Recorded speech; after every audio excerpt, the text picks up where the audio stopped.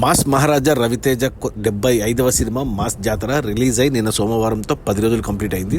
ఈ 10 రోజుల gross collections చూస్తే ముందుగా తెలంగాణలో మేజర్గా హైదరాబాద్ నుంచి ఈ సినిమాకు 7 కోట్లు గ్రాస్ వస్తే మన రాయలసీమ జిల్లాల నుంచి 3 కోట్లు, ఇక మిగిలిన ఆంధ్ర నుంచి 8 కోట్లు. టోటల్గా తెలుగు రాష్ట్రాల్లో 10 రోజుల్లో మాస్ జాతర సినిమా 18 కోట్లు గ్రాస్ కలెక్ట్ చేసింది.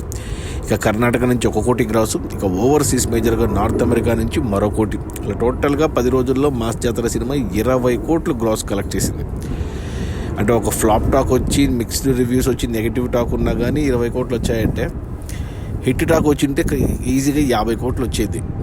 ఇక ఈ 20 కోట్ల గ్రాస్లో థియేటర్ల రెంట్లు, గవర్నమెంట్ ట్యాక్సులు, ఖర్చులన్నీ పోను డిస్ట్రిబ్యూటర్ షేర్ వచ్చేసి 11 కోట్లు ఉంది.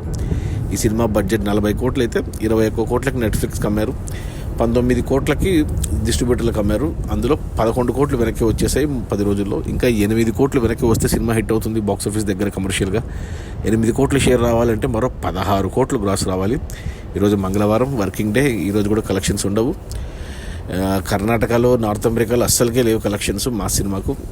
ఇక ఎటొచ్చి తెలుగు రాష్ట్రాల్లో కొద్దిగా పర్లేదు. కొత్త సినిమాలు ఎన్ని వచ్చినా రవితేజ మీద ఉన్న అభిమానంతో జనాలు ఇంకా చూస్తున్నారు.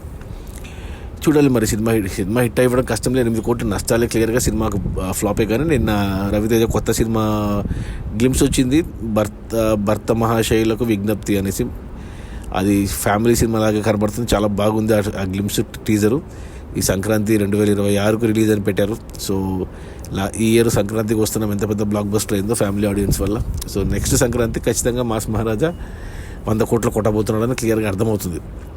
అది మన మాస్ మహారాజా 75వ సినిమా మాస్ జాతర రిలీజ్ అయిన మొదటి 10 రోజుల్లో 20 కోట్ల గ్రాసు. అందులో డిస్ట్రిబ్యూటర్ షేర్ వచ్చేసి 11 కోట్లు. సినిమా బడ్జెట్ 40 కోట్లు అయితే 19 కోట్లకు డిస్ట్రిబ్యూటర్లకు అమ్మారు. అందులో 11 కోట్లు వెనక్కి వచ్చేసాయి. ఇంకా 8 కోట్లు వస్తే సినిమా హిట్ అవుతుంది బాక్సాఫీస్ దగ్గర కమర్షియల్గా. 8 కోట్ల షేర్ రావాలి అంటే మరో 16 కోట్లు గ్రాసు రావాలి, కష్టమే. 8 కోట్ల నష్టాలతో సినిమా కమర్షియల్గా ఫ్లాపే. Okay, bye.